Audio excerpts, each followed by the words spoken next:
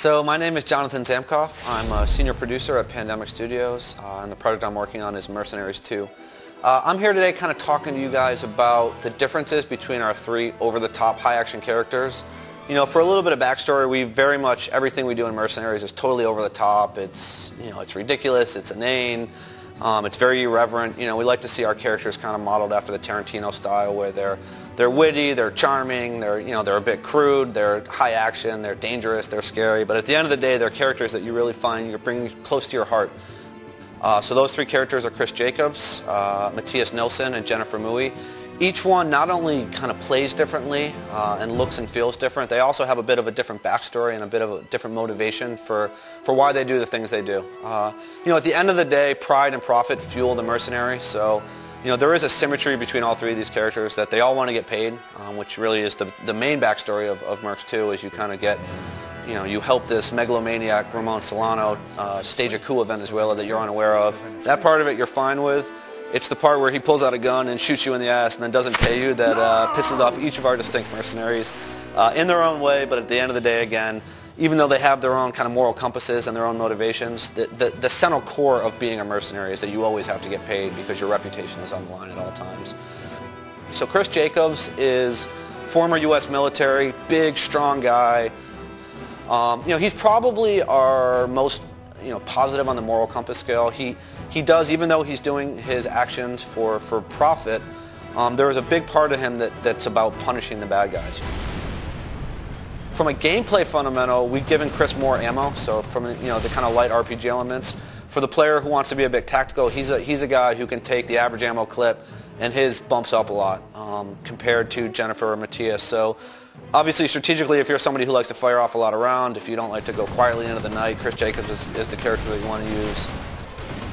Matthias is obviously kind of the most charismatic and over-the-top character we have in the game. He's a former Swedish rebel, biker, crazy outlaw guy.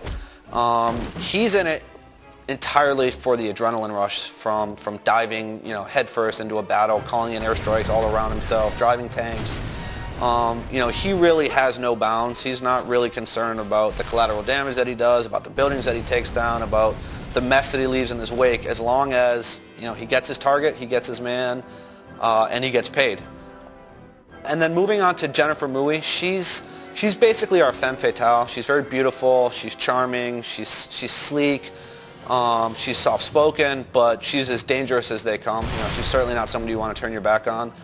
Her whole motivation is truly about the money. It's about efficiency. She has some instances in her past where she doesn't believe in trusting anybody, and the only person she's going to trust at the end of the day is herself. So the best way to trust yourself is to become, in her mind, smashingly rich. So, you know, why use 20 bullets when you can use one? Why call in an airstrike when you can sneak up behind somebody and melee bash them and take them out? Thinking about the three different mercenaries beyond kind of their fiction and the humor and the tone, and each one kind of delivers their lines differently, there is definitely a logistical and tactical gameplay difference to each one.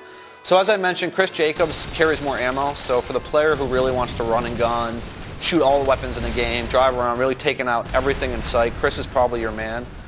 Matthias has more hit points. He's kind of the raging bull, iron horse of the group. So, you know, if you don't want to be subtle about things, if you don't want to stand on the hill and survey your environment, if you really just want to jump into battle with block of C4 in one hand and an RPG in the other hand and toss all the ordnance in the world and literally call airstrikes in on your own head, Matthias has the best chance of survival because we've bumped up his hit points.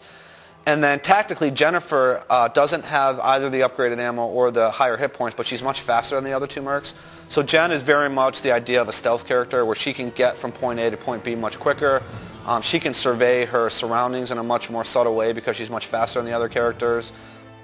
So I hope this gives you guys a bit of a better sense of the kind of core dynamics of each of our three characters. You know, both the mechanical differences in the game and the fictional stylized differences between our three characters. We're so excited to finally be getting this game out to the gaming public. It's been many years in development. We're all super tired right now. But, you know, Mercenaries 2 is going to hit across the world. It's going to be on store shelves in the United States August 31st on the PS2, the Xbox 360, the PS3, the PC, and then same SKUs in Europe on September 5th. So basically, we're just going to infiltrate the world with our Mercenaries badassness We're so excited. It's been a long time in the making, and we think you guys are totally going to be jazzed that we took the time to bake the cake correctly, and we think what we're sending out is a phenomenal game.